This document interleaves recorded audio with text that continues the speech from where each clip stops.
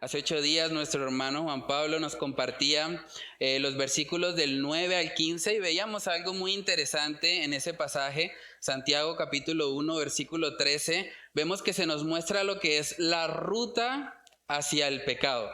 Santiago capítulo 1 versículo 13 dice: cuando alguno es tentado, no diga que es tentado de parte de Dios, porque Dios no puede ser tentado por el mal, ni él tienta a nadie, sino que cada uno es tentado cuando de su propia concupiscencia es atraído y seducido. Entonces la concupiscencia, después que ha concebido, da a luz el pecado, y el pecado, siendo consumado, da a luz la muerte. Eso es interesante porque aquí vemos que Santiago nos está diciendo que la responsabilidad por el pecado de cada persona recae en ella misma. Él no está diciendo aquí que el peor enemigo que tenemos como cristianos es el diablo. No dice eso. Tampoco dice que sean las circunstancias externas. Es curioso porque hay personas que a veces dicen: uy, yo quisiera irme a un lugar bien apartado. Tengo que irme a un lugar lejos de todas las personas con las que yo, digamos, normalmente comparto, y así yo tendría paz. Pero ¿saben que a donde sea que vayamos, vamos a ir con nosotros mismos? A donde sea que vayamos, nuestra concupiscencia, que son esos malos deseos, esa tendencia a hacer lo que no le agrada al Señor, nos va a acompañar. Hay gente que dice: pero es que si mi esposo no tuviera los defectos que tiene, yo sería una esposa ejemplar. O hay gente que dice: no, si a mí me hubiese tocado de pronto con compañeros de trabajo no tan difíciles, tal vez yo sería una persona con una vida más santa. Pero ¿saben que todas esas frases están colocando la responsabilidad en algo externo? Lo que Santiago nos está diciendo aquí es: no, sean conscientes de que el principal enemigo son ustedes mismos. Cuando la concupiscencia concibe, da luz pecado. Debemos cuidarnos precisamente porque tenemos esa tendencia hacia el mal. La Biblia dice que el corazón es engañoso más que todas las cosas y perverso. ¿Quién lo conocerá? Solo el Señor. Entonces necesitamos contrarrestar eso, reconociendo primeramente esa tendencia en nosotros y yendo a la palabra de Dios para que precisamente sea ella la que nos guarde de caer en pecado. Decía el salmista en el Salmo 119: ¿con qué guardará el joven su camino? Con guardar tu palabra. La palabra de Dios debe estar morando en nosotros para que no nos dejemos llevar por las concupiscencias que aún batallan en nuestra alma. Entonces vamos a mirar el texto base de hoy, que está en Santiago capítulo 1, desde el versículo 16 al 21, y comenzamos este tiempo con oración. Dice ahí la palabra: amados hermanos míos, no erréis. Toda buena dádiva y todo don perfecto desciende de lo alto, del Padre de las luces, en el cual no hay mudanza ni sombra de variación. Él, de su voluntad, nos hizo nacer por la palabra de verdad, para que seamos primicias de sus criaturas. Por esto, mis amados hermanos, todo hombre sea pronto para oír, tardo para hablar, tardo para airarse. Porque la ira del hombre no obra la justicia de Dios, por lo cual, desechando toda inmundicia y abundancia de malicia, recibid con mansedumbre la palabra implantada, la cual puede salvar vuestras almas. Vamos a comenzar con oración. Padre, queremos pedirte, Señor, que por medio de tu Espíritu Santo seas dirigiéndonos, Señor, en este estudio, que seas tú haciendo la obra, Señor, que humanamente yo no puedo hacer, que seas tú convenciendo de pecado, justicia y juicio en esta mañana, que seas tú obrando, Señor, por medio de tu palabra y permitiendo que todos podamos ser exhortados y edificados, Señor, por medio de este libro de Santiago, que continuamente nos está motivando a vivir una vida realmente coherente con la fe que decimos tener, Señor. Ayúdanos para que podamos depender en tu gracia, Señor, en tu favor, para que podamos vivir estos principios bíblicos, Señor, no creyendo que por medio de ellos vamos a ganar tu favor, sino reconociendo, Señor, que cuando vivimos en obediencia a ti es simplemente el resultado de la obra regeneradora que tú has hecho en nuestros corazones. Padre, ayúdanos en esta mañana, que seas tú hablando a nuestras vidas, te lo pedimos, Señor, en el nombre de Cristo Jesús. Amén y amén. Bueno, hermanos, entonces es importante recordar un poco acerca del contexto de esta carta. Veíamos en Santiago capítulo 1 que él está escribiendo a creyentes que están en la dispersión. Básicamente él está escribiendo a hombres y mujeres que están siendo desplazados de un lugar a otro forzosamente por causa de su fe. Y en ese contexto, cuando nosotros de pronto vemos que hay una situación externa difícil que llega a nuestras vidas, es fácil llegar a dudar de pronto del carácter bondadoso de Dios. Y es probable que por eso vemos que Santiago les escribe ahí en el versículo 16 de una forma muy tierna, les está diciendo: amados hermanos míos. Él les recuerda que son amados. Amados hermanos míos, no erréis. Toda buena dádiva y todo don perfecto desciende de lo alto, del Padre de las luces, en el cual no hay mudanza ni sombra de variación. Vemos que Santiago les está recordando: Dios sigue siendo bueno. Él no ha cambiado. Yo sé que están viviendo una situación muy tensa, muy difícil. Ustedes están siendo desplazados forzosamente y en la carne es algo que a nadie le agrada. Pero ustedes pueden recordar que Dios sigue siendo bueno. Él es el Padre de las luces. Y eso es interesante porque esa frase Padre de las luces hace referencia a las lumbreras, al sol, a la luna, a las estrellas. Y para las personas que están recibiendo esto tendría un impacto mucho mayor que para nosotros hoy en día. Porque nosotros hoy en día, tenemos luz eléctrica, tenemos televisión, celular y muchas cosas que realmente nos distraen muchas veces. Pero para una persona en ese siglo primero, una entretención tal vez que iban a tener ellos era simplemente mirar el cielo. Era mirar las lumbreras. De hecho, las culturas paganas adoraban al sol, adoraban la luna, las lumbreras. Pero vemos que Santiago les está diciendo que hay algo mayor. Hay un Padre de esas luces que ustedes ven por la noche y que alumbran. Hay alguien que está por encima de todo eso y Él no cambia. Las circunstancias pueden cambiar, pero Dios sigue siendo el mismo. Hermanos, debemos tener cuidado en errar pensando que Dios ha dejado de ser bueno. Hay mucha gente que relaciona las circunstancias difíciles que está viviendo con decir de pronto que Dios no es tan bueno. Hay gente que dice cosas como: si Dios permitió que yo me enfermara, quiere decir que Él no es bueno. O si Dios permitió que yo pasara por una situación económica difícil, entonces ya no es bueno. O si Dios no me concedió X o Y petición, quiere decir que Él ha dejado de ser bueno. Pero lo que Santiago realmente les está recordando a estos creyentes en medio de la persecución es que ellos deben poner la mirada en el Señor y no deben interpretar la bondad de Dios en función de sus circunstancias. Porque Dios sigue siendo bueno, en Él no hay mudanza ni sombra de variación. Él es el mismo ayer, hoy y por los siglos de los siglos. No tenemos ninguna razón para juzgar el carácter bondadoso de Dios en función de las situaciones difíciles que enfrentamos.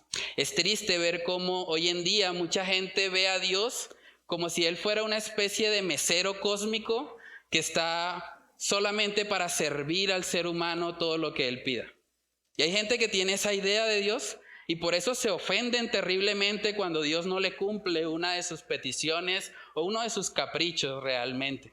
Pero cuando nosotros nos vamos a la palabra, hermanos, tenemos que reconocer que Dios es todopoderoso y soberano, como acabamos de cantar. Dios está por encima del ser humano. Somos simplemente sus criaturas. No podemos exigirle a Dios que Él cumpla con todo lo que pedimos. Y no podemos dudar de su carácter bondadoso simplemente porque las situaciones que estamos viviendo son un poco incómodas para nosotros. Cuando nosotros estudiamos la palabra de Dios, podemos darnos cuenta que para cada creyente en la Escritura, siempre que Dios permite un aparente mal, resulta en un beneficio espiritual para el cristiano y en un beneficio espiritual también para los que le rodean. Un ejemplo de eso es la historia de José. ¿Recuerdan que José fue vendido por sus hermanos? Eso fue una historia bastante fuerte. Imagínese que su propio hermano, aquella persona con la que tal vez usted se crió, jugó muchas veces, tuvieron tiempo en familia y demás, que esa persona decida venderlo. Eso es algo que realmente puede afectar mucho la vida de una persona. Y es lo que José vivió. Y como si fuera poco, después de eso dice la palabra que él, por guardarse en santidad, por no querer caer en fornicación con la esposa de Potifar, él huyó rápidamente y como consecuencia de un acto de obediencia a Dios, esta mujer lo acusó falsamente y terminó en la cárcel. Y uno se preguntaría, pero oiga, José va de mal en peor. O sea, entre más obedece al Señor, más problemas.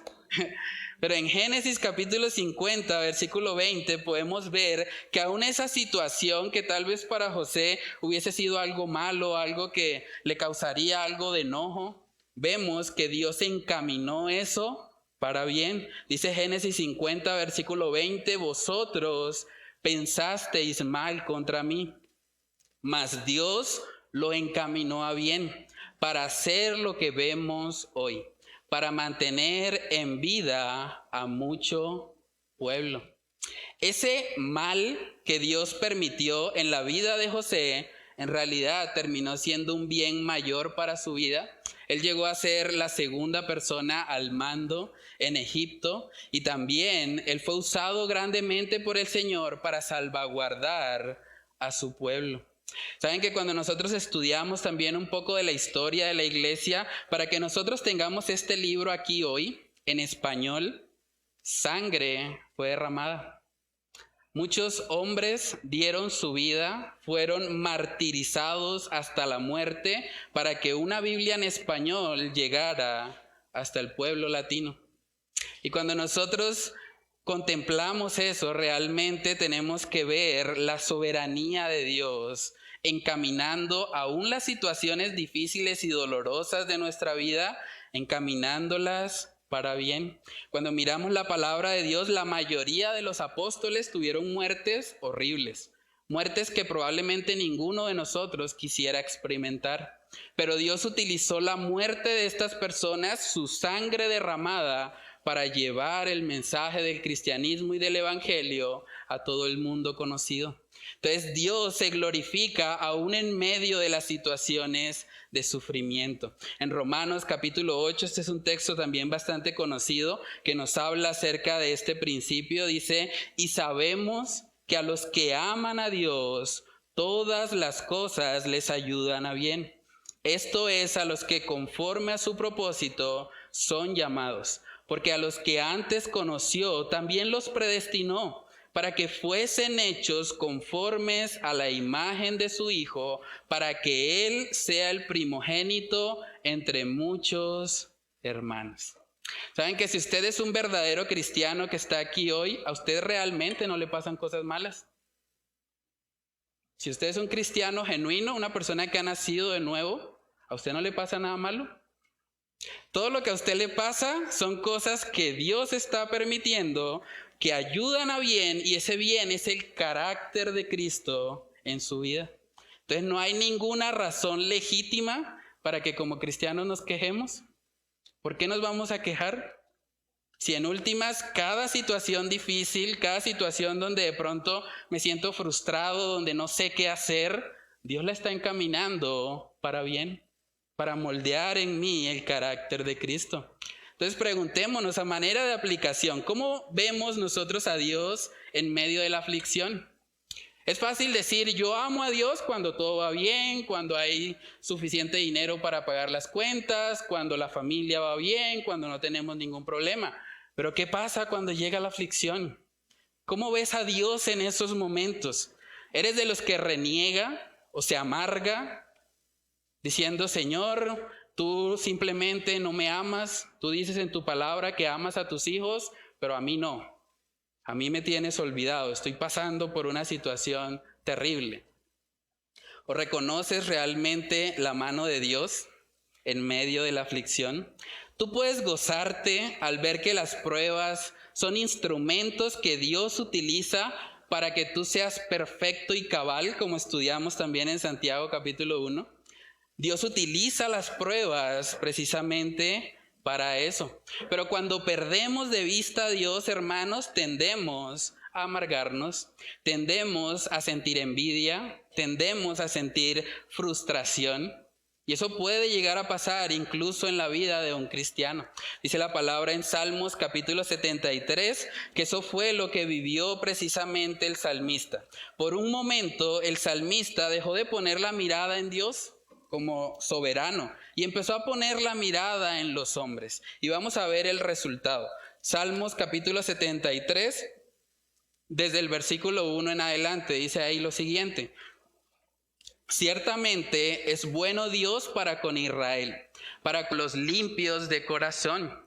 En cuanto a mí, casi se deslizaron mis pies. Por poco resbalaron mis pasos. Porque tuve envidia de los arrogantes, viendo la prosperidad de los impíos, porque no tienen congojas por su muerte, pues su vigor está entero. No pasan trabajos como los otros mortales, ni son azotados como los demás hombres. Por tanto, la soberbia los corona. Se cubren de vestido de violencia, los ojos se les saltan de gordura, logran con creces los antojos del corazón, se mofan y hablan con maldad de hacer violencia, hablan con altanería, ponen su boca contra el cielo y su lengua pasea la tierra. Por eso Dios hará volver a su pueblo aquí, y aguas en abundancia serán extraídas para ellos. Y dicen, ¿cómo sabe Dios? ¿Y hay conocimiento en el Altísimo? He aquí estos impíos, sin ser turbados del mundo, alcanzaron riquezas. Verdaderamente en vano, miren hasta dónde llegó este hombre, verdaderamente en vano he limpiado mi corazón y lavado mis manos en inocencia, pues es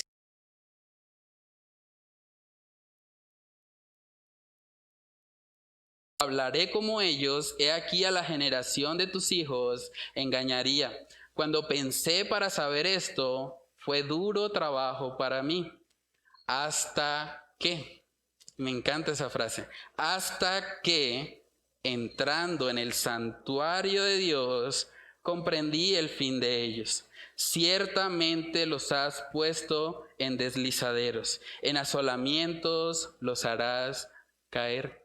Cuando un cristiano deja de poner la mirada en el Señor y empieza a mirar a los impíos que parece que le van bien, incluso con todo esto ahora de las redes sociales, hay muchos cristianos que llegan incluso a estar deprimidos, porque en las redes sociales parece que a los impíos les va bien.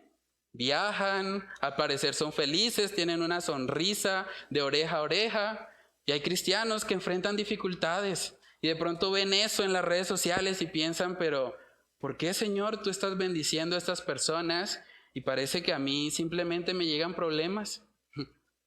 Pero cuando nosotros entramos en ese santuario de Dios, cuando tenemos intimidad con el Señor, podemos darnos cuenta que esas personas, la aparente felicidad que tienen, en última, si no se arrepienten, será cambiada por un lloro y un crujir de dientes. Cuando nosotros tenemos la mirada puesta en el Señor, Él nos ayuda. Debemos ser conscientes de esa realidad porque vivimos en un mundo caído, en un mundo en el que las cosas realmente no funcionan muchas veces conforme a lo que Dios ha establecido. porque la gente se ha apartado mucho de la revelación de nuestro Dios. Pero vemos que aquí Santiago les está recordando a estos creyentes en medio de la dispersión que a pesar de las dificultades que están viviendo, ellos no debían poner la mirada en la aparente prosperidad de los impíos. Ellos debían mantener su mirada puesta en el Señor. Sigue diciendo ahí en Santiago capítulo 1 en el versículo 18, y esto es algo hermoso, ese es el segundo punto en esta mañana. La mayor dádiva de Dios es la vida eterna. La mayor dádiva de Dios es la vida eterna. Acabamos de leer precisamente que Dios es el Padre de las luces, en el cual no hay mudanza ni sombra de variación. Y vemos ahora en el verso 18 que dice, Él, hablando de Dios, de su voluntad nos hizo nacer por la palabra de verdad, para que seamos primicias de sus criaturas. Santiago está reconociendo aquí que el nuevo nacimiento no es obra del hombre. El nuevo nacimiento es obra de Dios. Él de su voluntad nos hizo nacer. Nadie se hace nacer a sí mismo. Dios es quien nos hace nacer. Y ese texto es muy interesante porque aclara un poco la polémica que se ha presentado un poco con esta carta de Santiago. Hay gente que ha dicho que Santiago enseña que la salvación es por fe más obras. Porque hay un pasaje específicamente en Santiago capítulo 2, versículo 24, en el que a primera vista podría dar esa impresión.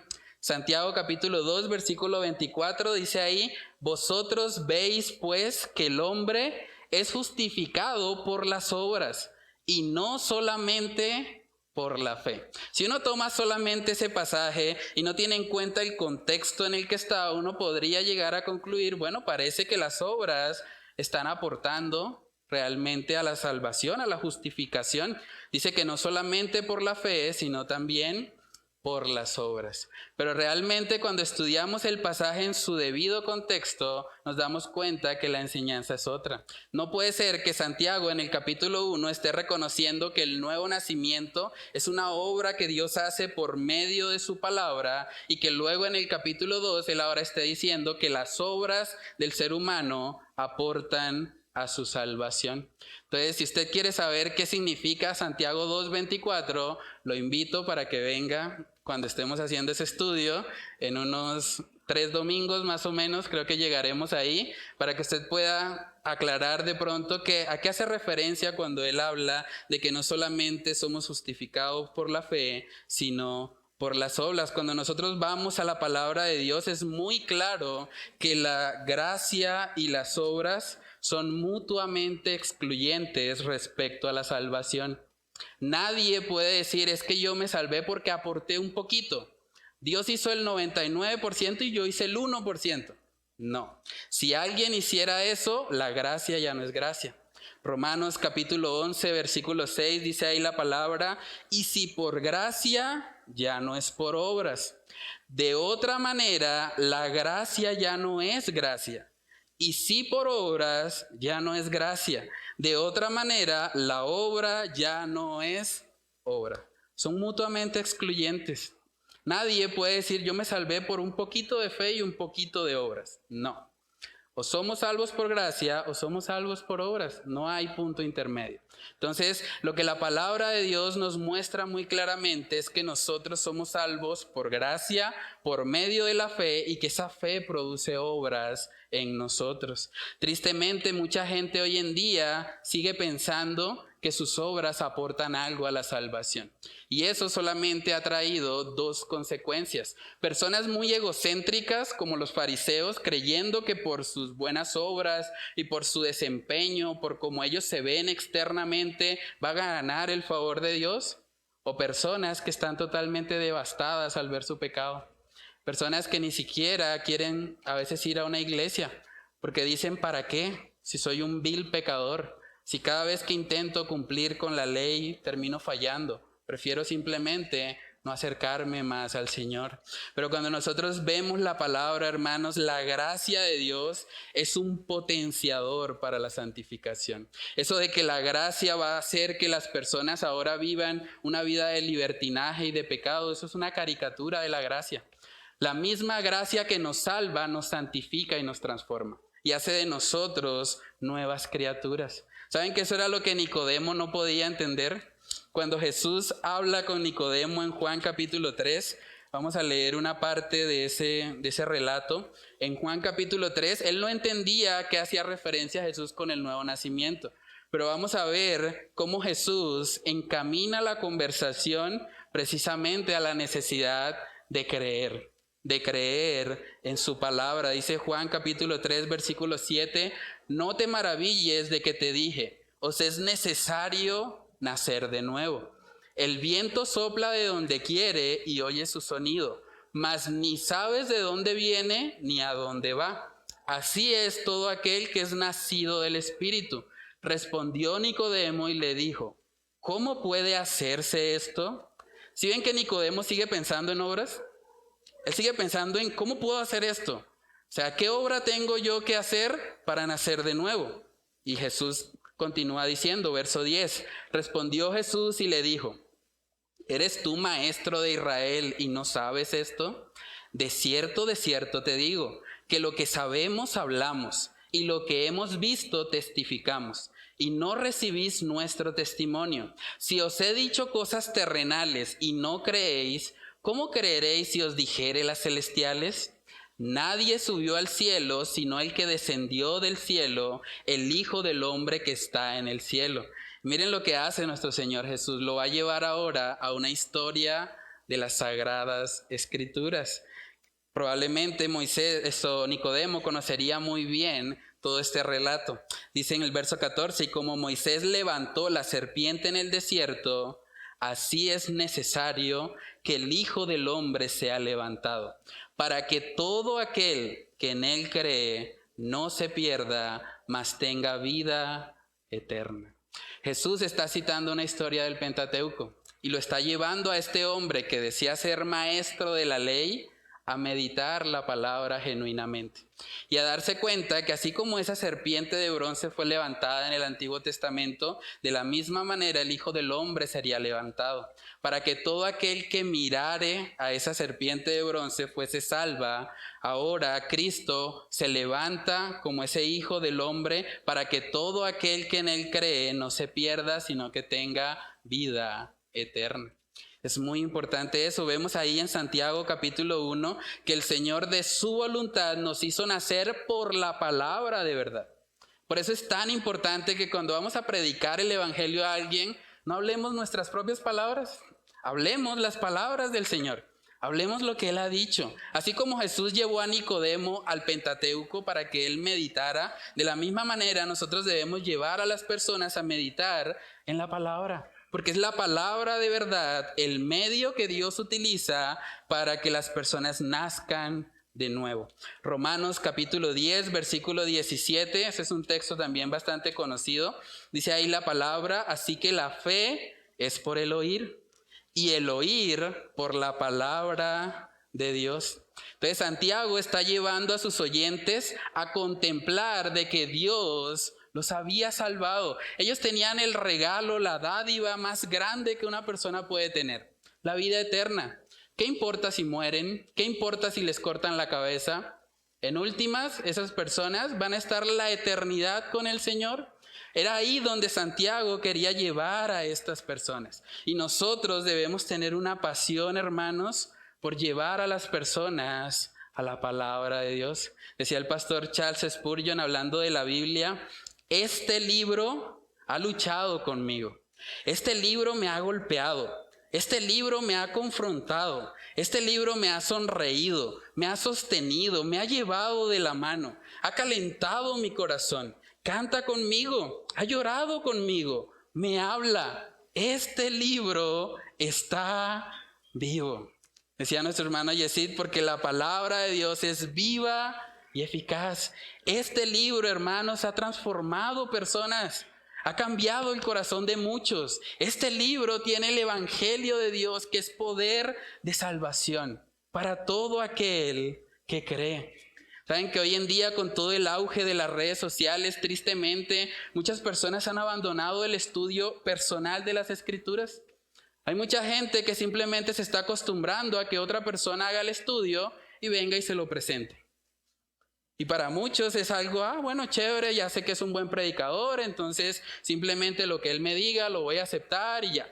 Pero debemos ir a la palabra. Esta es la fuente. No debemos permitir que otra persona sea la que interprete las Escrituras por nosotros. El Señor nos ha dado el Espíritu Santo y podemos acercarnos confiadamente a la palabra pidiendo de su dirección para nosotros mismos poder comprender. Debemos tener hambre y sed por las Escrituras.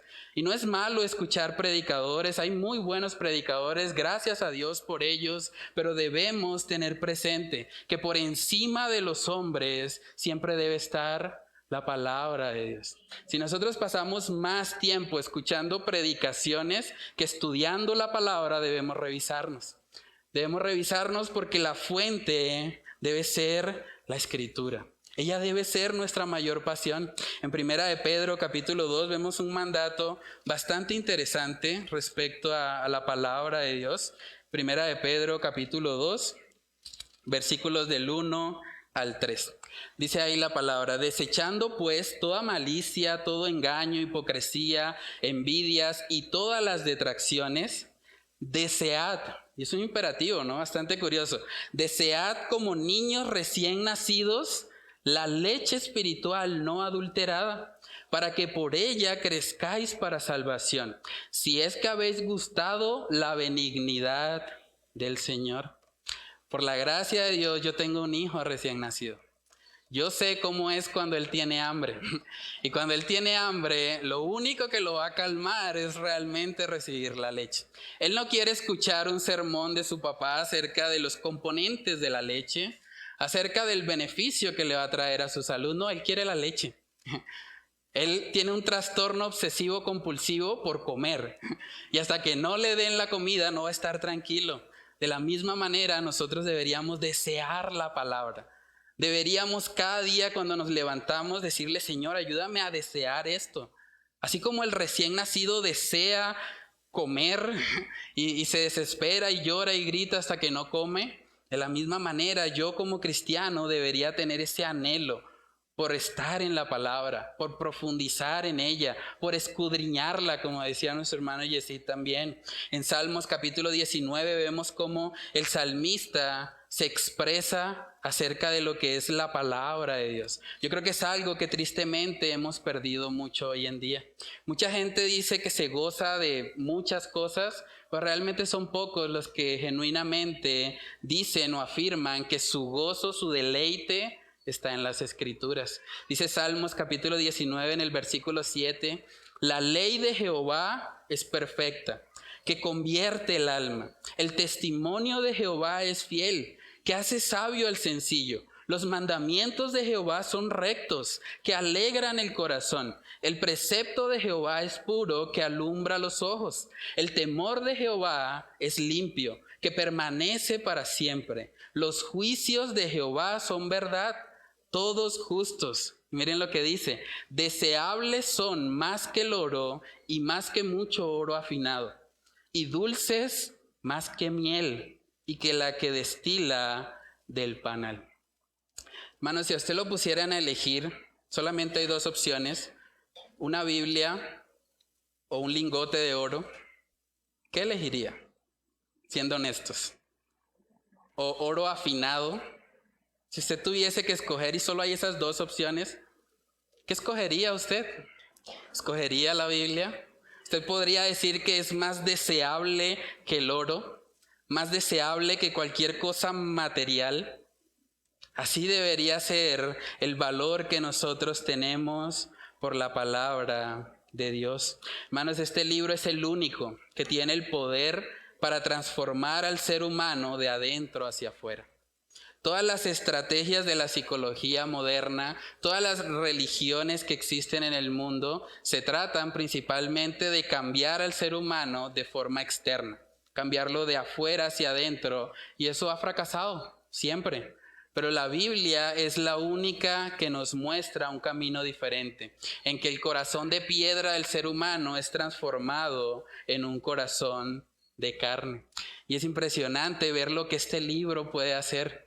Saben que mucha gente dice, no, pero es que la gente que cree en la Biblia es como ignorante, esa gente no es muy estudiada, no es muy profesional.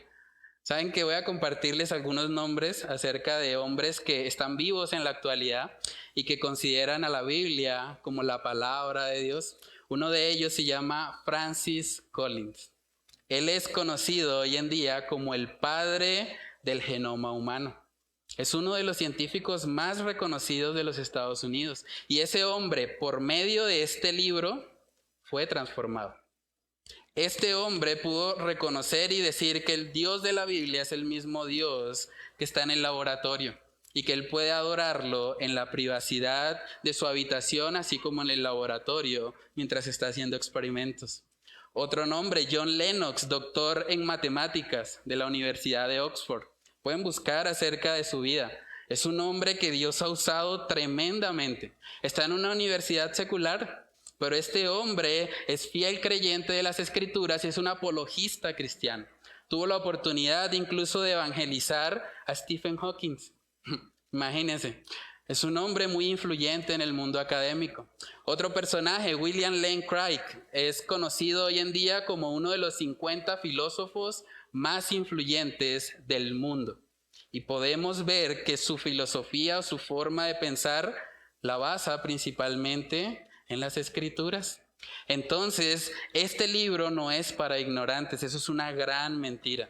Este libro transforma al ser humano y hace que nosotros vivamos para aquello que realmente tiene valor eterno. Ahí en el libro de Santiago, capítulo 1, podemos ver que luego de decirle que por medio de la palabra de verdad nosotros llegamos a ser primicias de sus criaturas, ahora Santiago dice en el versículo 19, por esto, o sea, por lo que acabo de decir, mis amados hermanos, todo hombre sea pronto para oír, tardo para hablar, tardo para airarse, porque la ira del hombre no obra la justicia de Dios. Por lo cual, desechando toda inmundicia y abundancia de malicia, recibid con mansedumbre la palabra implantada, la cual puede salvar vuestras almas. Es interesante ahí la palabra oír que aparece en Santiago 1:19, no simplemente hace referencia a la percepción de un sonido. Oír hace referencia a meditar, hace referencia a escuchar atentamente, a realmente estar prestando atención, y el contexto tiene que ver con la palabra. Dice, por esto, mis amados hermanos, todo hombre sea pronto para oír. Entonces, el tercer y último punto es precisamente la importancia de oír la palabra de Dios. Necesitamos la palabra de Dios en nuestras vidas. Alguien decía que el Señor nos formó a cada uno de nosotros con una parábola en el rostro. Tenemos 2 oídos y una boca. ¿Qué quiere decir? Bueno, tenemos que escuchar 2 veces más de lo que hablamos. Sí, es una buena medida. Entonces, lo que vemos hoy en día es justamente lo opuesto. Muchas personas quieren hablar, quieren ser el centro de atención, pero realmente muy pocos se toman el tiempo de oír en el sentido correcto de esa palabra, de meditar. Dice la palabra acerca de María, que ella cuando escuchaba la palabra y las profecías acerca de Jesús, ella guardaba todo eso en su corazón. ¡Qué buen testimonio! Necesitamos más mujeres como María, que puedan meditar y guardar en su corazón los tesoros de la palabra. Es muy importante eso. Hoy en día vivimos en una cultura que está tan afanada que es casi imposible tener tiempos de meditación, porque todo el mundo está corriendo, está haciendo una cosa, está haciendo otra, pero cuán importante es que en medio de los afanes de este mundo podamos apartar un espacio para nosotros meditar en la palabra, no solamente para leerla. Hay mucha gente que ve su tiempo devocional como un checklist. Listo, ya lo cumplí, ya soy un buen cristiano hoy porque ya hice el devocional. Pero no es la forma en que debemos verlo. Realmente la comunión con Dios trasciende mucho más allá de un tiempo específico. ¿Es bueno tener un tiempo específico y a solas con el Señor? Claro que sí, pero no debemos desconectarnos de Él durante el día.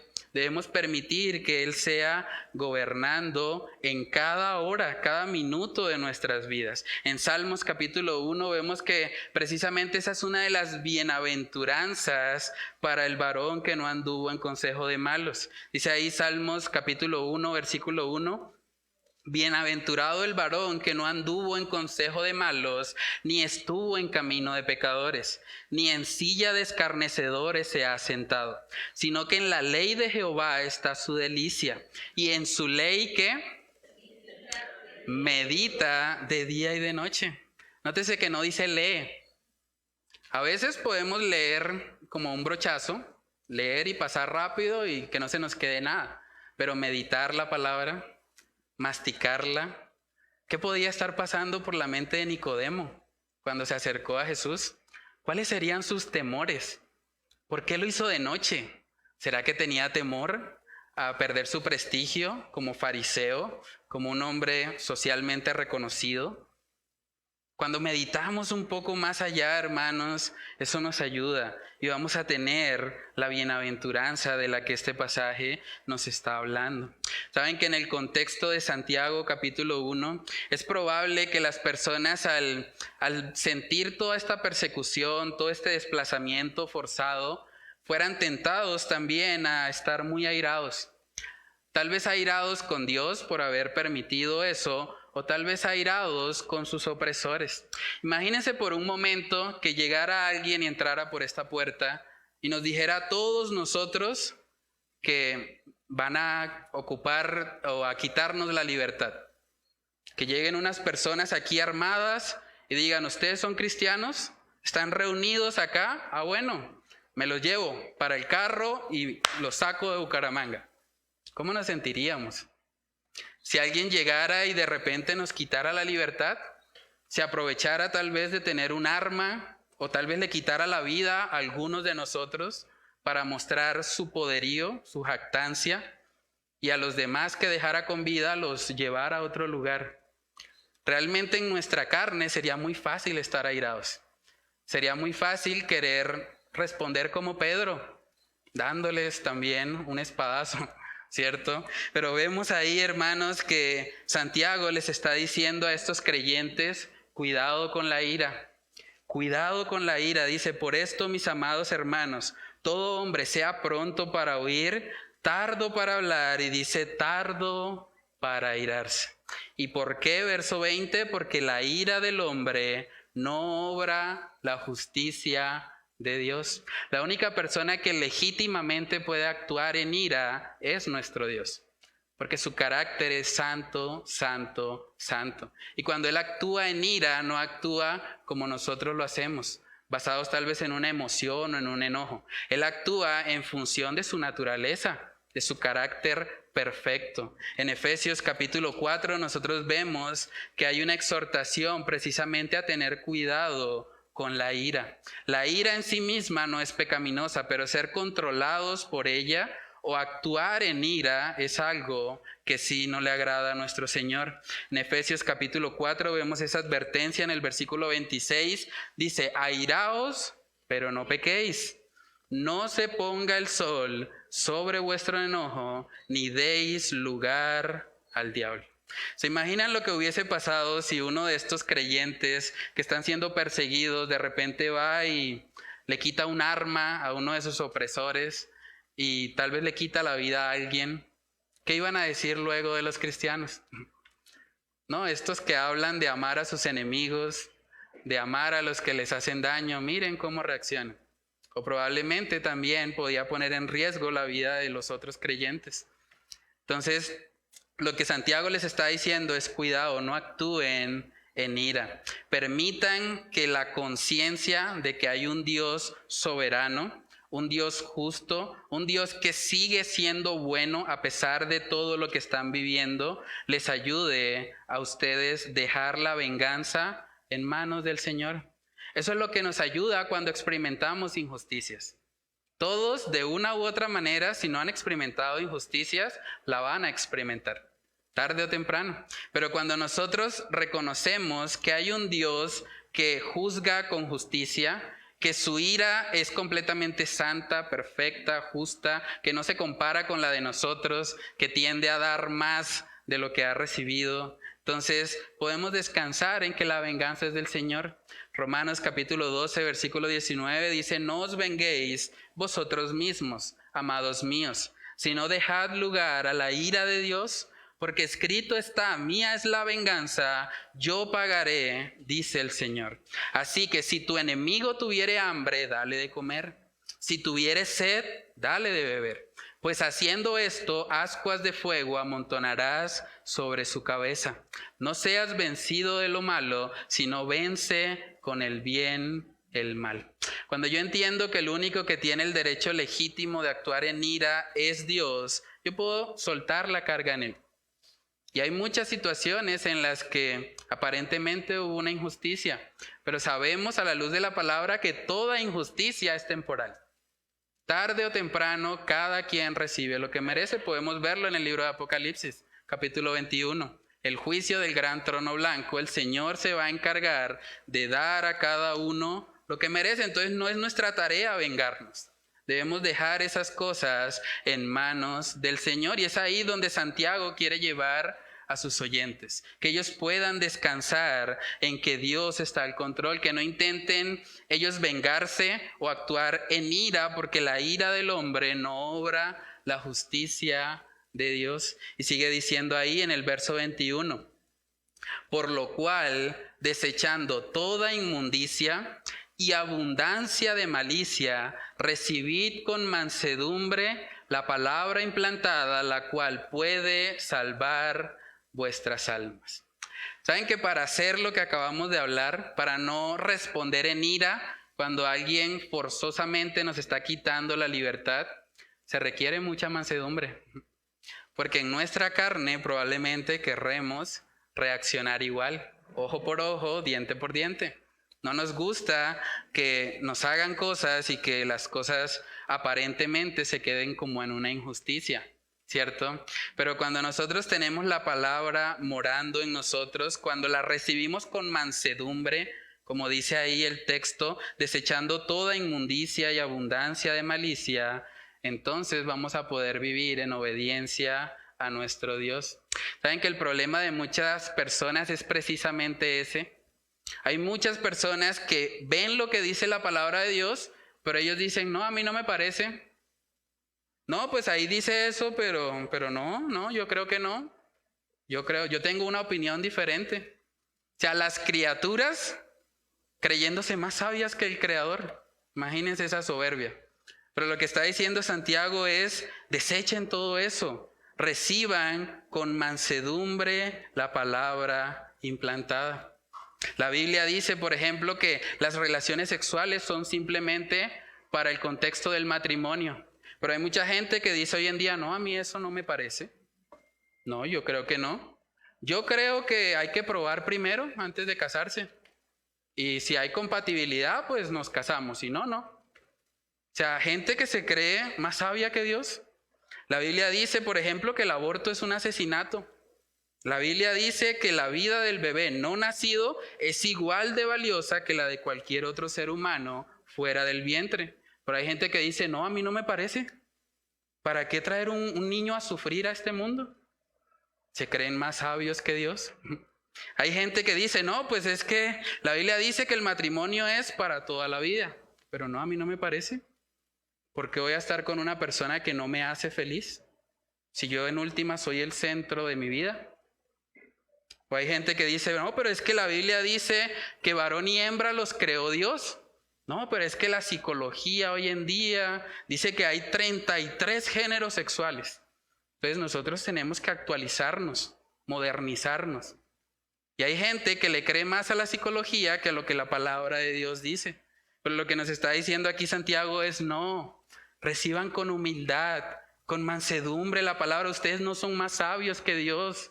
Dios nos ha revelado a nosotros este libro para que vivamos conforme a Él. Él como nuestro creador, nuestro diseñador, nos ha dicho cómo debemos vivir y cómo el ser humano puede encontrar verdadera plenitud. Veíamos en el libro de Eclesiastés capítulo 12 que el todo del hombre es temer a Dios y guardar sus mandamientos. ¿Dónde conocemos sus mandamientos? Acá, en la palabra. Es la que nos da testimonio. No debemos acercarnos a ella con una actitud de soberbia pensando, no, yo ya sé lo que la Biblia me va a decir y yo no voy a creer todo lo que diga ahí porque yo tengo mi propio criterio. Eso es colocarse en el lugar de Dios. Eso es ser un orgulloso, un prepotente. Decía Agustín de Hipona, si tú crees lo que te gusta del Evangelio, pero rechazas lo que no te gusta de él, entonces no crees en el Evangelio, sino en ti mismo. Tú eres tu propio Dios. Si tú vas a la Biblia y dices, no me parece, bueno, ¿tú te crees más sabio que Dios? Debemos permitir que sea la palabra, hermanos. Qué prepotencia tan grande que el ser humano llegue a considerar que sus pensamientos están por encima de la palabra de Dios. Qué orgullo. De hecho, en el libro de Santiago vamos a ver más adelante que Dios resiste a los soberbios y da gracia a los humildes, aquellos que reconocen con humildad que no son tan sabios, que son pecadores, que necesitan a alguien que los direccione. Y lo principal para nosotros poder recibir el regalo de la salvación es eso. Por eso el texto dice, recibid con mansedumbre la palabra implantada, la cual puede salvar vuestras almas. Hay mucha gente que no es salva porque no recibe con mansedumbre la palabra. Ellos creen que se la saben todas. Y ellos dicen, no, a mí no me parece, no estoy de acuerdo, yo creo en Dios pero no en la iglesia. Y ellos se creen más sabios que Dios. Pero cuando alguien es humilde, cuando con mansedumbre reconoce, sí soy un pecador, la Biblia lo dice, por cuanto todos pecaron y están destituidos de la gloria de Dios. Si yo miro los 10 mandamientos, he fallado en cada uno de ellos. Si Dios como juez justo y santo me juzgara por ese estándar, sería condenado, sería culpable. No tengo más esperanza que ir a Cristo. No hay otra salida para mi vida. Él es el camino, la verdad y la vida. Y nadie viene al Padre si no es por Él. Yo te ruego el día de hoy, si tú no has comprendido esto, si tú realmente estás viviendo como a ti te parece, si tú te crees sabio en tu propia opinión, arrepiéntete hoy. Recibe con mansedumbre la palabra. Reconoce que eres un pecador, que si Dios te juzgara por la ley estarías perdido. No tendrías esperanza. Y ven a Él, humillado. Reconócelo como el único y suficiente Salvador de tu vida. Y la palabra misma dice que el corazón contrito y humillado no lo desprecia el Señor. Hoy puede ser el día de salvación para ti. No esperes más. Ven con mansedumbre, humíllate delante de Dios y reconoce que Él es el único y suficiente Salvador de tu vida. Vamos a orar. Padre, te damos muchas gracias, Señor, por este tiempo. Gracias por tu palabra, por esta carta de Santiago, Señor, que nos recuerda la importancia de la palabra de Dios en nuestras vidas, Señor. Padre, ayúdanos a no ser orgullosos cuando nosotros abrimos tu palabra. Ayúdanos a reconocer que somos criaturas y no somos el Creador, que necesitamos de tu dirección en nuestras vidas. Padre, que podamos recibir con mansedumbre lo que tú has revelado en tu palabra, reconociendo que tus caminos siempre son mejores que los nuestros. Padre, ayúdanos a poder vivir a la luz de tu preciosa verdad. Ayúdanos a reconocer que te necesitamos, que tú eres la vid y que nosotros somos los pámpanos, y que separados de ti, Señor, nada podemos hacer. Padre, que seas tú glorificándote en nuestras vidas, que si hay alguien acá que está viviendo en soberbia, que está pensando que Él es autosuficiente, que Él puede ser el propio intérprete de su vida, Padre, que tú le llames hoy al arrepentimiento, que tú quebrantes ese corazón de piedra y que lo conviertas en un corazón de carne, Señor, en un corazón que se humilla delante de ti y que reconoce que te necesita, que reconoce que es un pecador, que ha transgredido tu ley y que la única esperanza para personas así es el evangelio de salvación. Padre, que seas tú obrando por medio de tu palabra y transformando los corazones y las mentes, Señor, para gloria y honra de tu nombre. Oramos para que tú, Señor, seas haciendo que personas aquí presentes o que nos están viendo a través del internet, que puedan experimentar ese nuevo nacimiento. Que así como Nicodemo, Señor, pudo más adelante reconocer a Jesús y buscar su cuerpo junto con José de Arimatea, que también haya personas, Señor, que meditando en tu palabra, meditando en lo que tú has revelado, puedan tener ese encuentro real y genuino contigo, Señor. Padre, ayúdanos a siempre recibir con humildad tu palabra y a ponerla por obra. Que seas tú ayudándonos, Señor, te lo pedimos en el nombre de Cristo Jesús. Amén y amén.